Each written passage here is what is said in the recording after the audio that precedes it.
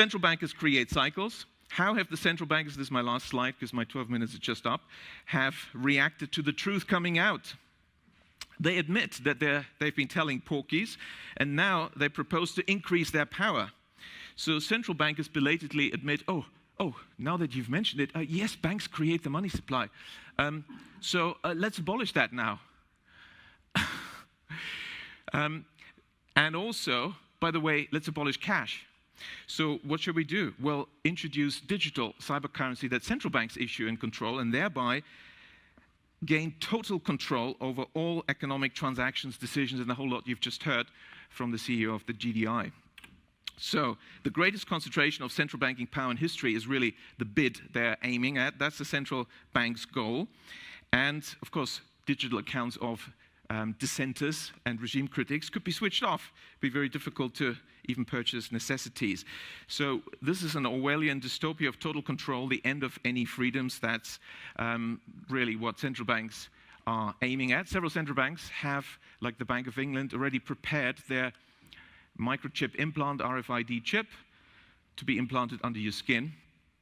And why is the sudden discussion about universal basic income from all the grassroots and inverted commas movements and billionaires? Oh, universal basic income is the bribe for you to accept the microchip. The overarching trend of the 20th century is concentration of power in the hands of the few. That's what we have to keep in mind. We have to work against this.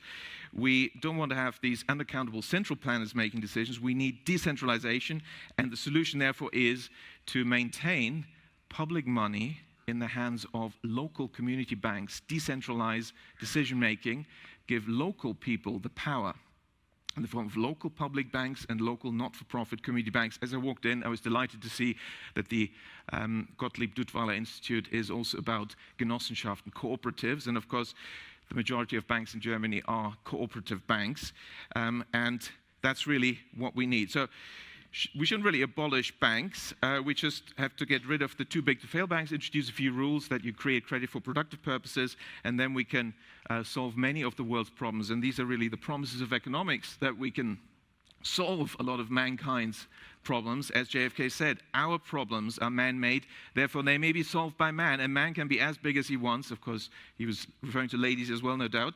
No problem of human destiny is beyond human beings. JFK. Thanks very much.